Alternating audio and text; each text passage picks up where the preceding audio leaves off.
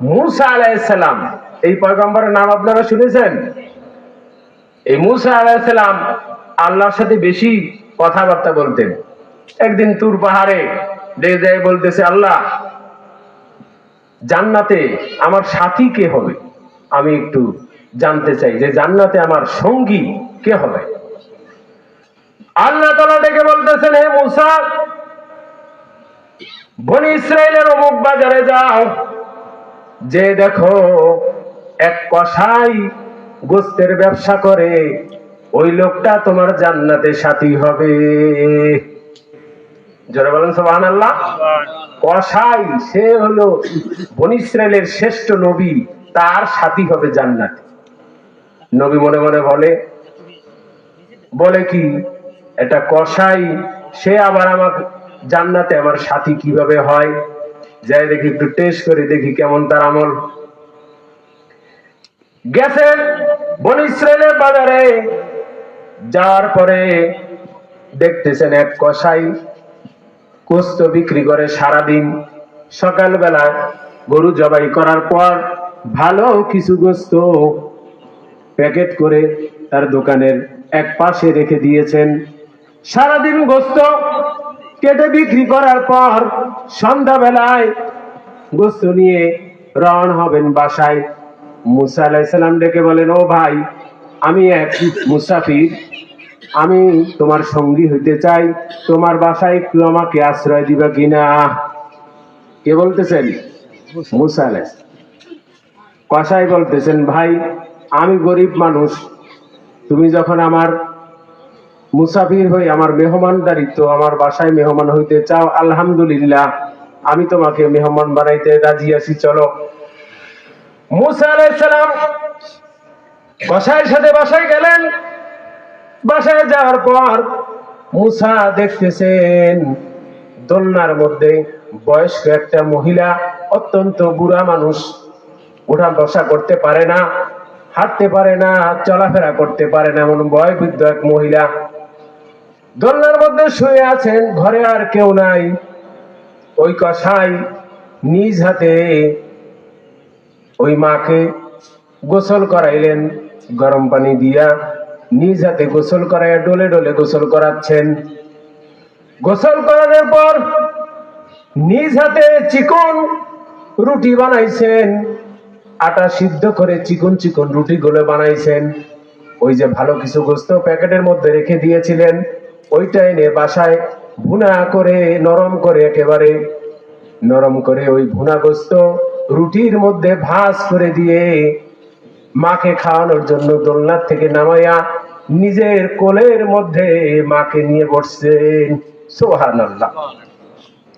যেই বা একদিন 10 মাস 10 দিন পেটে বোঝা নিয়া সন্তানকে কষ্ট করে লালন পালন করেছেন, আজকে এই সন্তান নিজের কোলের মধ্যে বুড়া মাকে বসাইয়া ওই চিকন চিকন রুটির মাঝে গোস্ত গুলে ভরে ভাঁজ করে ছিঁড়ে ছিঁড়ে মার মুখের মধ্যে দিতেছেন, আর মা খায় আর চোখ দিয়া পানি পড়তেছে।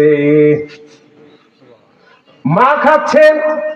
খাওয়া দাওয়ার পরে মা এবার কসাইকে বলতেছেন, বাবা, আমার মুখটা একটু কেবলার দিকে ফিরাইয়ে দি, আমার মুখটা একটু কেবলার দিকে ফিরাইয়ে দি, আমার হাত দুখানা কেবলার দিকে উঠাইয়া দে, আমাকে পশ্চিম দিকে ফিরাইয়া আমার মুখটা সোজা করে হাত দুইটা উপরে একটু উঠাইয়া দাও বাবা। মা পশ্চিম দিকে কেবলার মধ্যে মুখ করে তাকাইয়া হাত দুটি উঠানোর পর মুনাজাতে বলতেছেন, ওগো আল্লাহ, আমার এই ছেলে প্রতিদিন সারাদিন গোস্ত বিক্রি করে, প্রতিদিন এইভাবে ভালো গোস্ত প্যাকেটের মধ্যে আইনা আমাকে নিজ হাতে ভুনা করে রুটির মধ্যে দিয়ে খাওয়ায়, আমাকে গোসল করায়, আমার সেবা করে, যত্ন করে।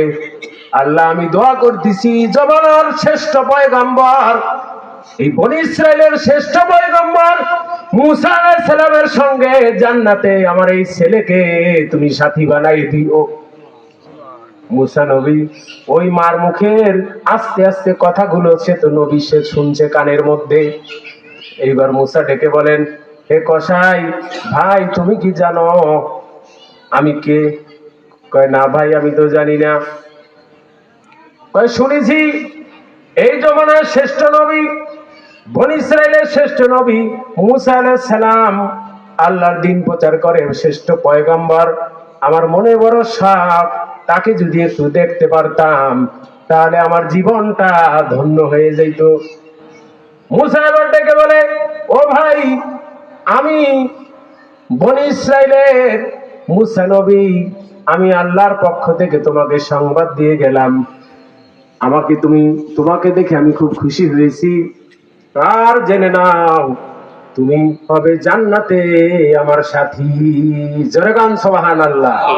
এটা কার দোয়ার বিনিময় হয়েছে? মায়ের দোয়া কাজে লাগে? লাগে না? না, বর্তমানে তো মায়ের দোয়া কাজেই লাগে না, শ্বশুর শাশুড়ির দোয়াই কাজে লাগে। মাকে দেখলে কয় বুড়া, মাকে দেখলে কয় বুড়ি, বাপকে দেখলে কয় বুড়া। যদি বলা হয় তোমার বাবা কোথায় গেছে, বুড়ার কথা কন, বুড়ো তো বাজারে গেছে। যদি বলা হয় তোমার মা কোথায়, বুড়ির কথা কন, বুড়ি তো ঘুমায় আছে। বছরে শ্বশুর শাশুড়িকে 2-3 বার দাওয়াত দিয়া পোলাও খাওয়ায়, ভুনাগ্রস্ত মুরগার রান, খাসির মাথা, বড় বড় কই মাছ। হ্যাঁ, গড়িয়ার পর শ্বশুর শাশুড়ি নামছে, জামাই যাইয়া দাঁড়ায় রইছে, বাস থেকে নামছে। বাস থেকে নামার পরে দেন আব্বা ব্যাগটা দেন, আম্মা ব্যাগটা দেন। ওদিকে মারে বাবারে কি কয়? বুড়া আর বুড়ি। আরেক শ্রেণীর ভণ্ড প্রতারক নাফরমান সন্তান আছে যারা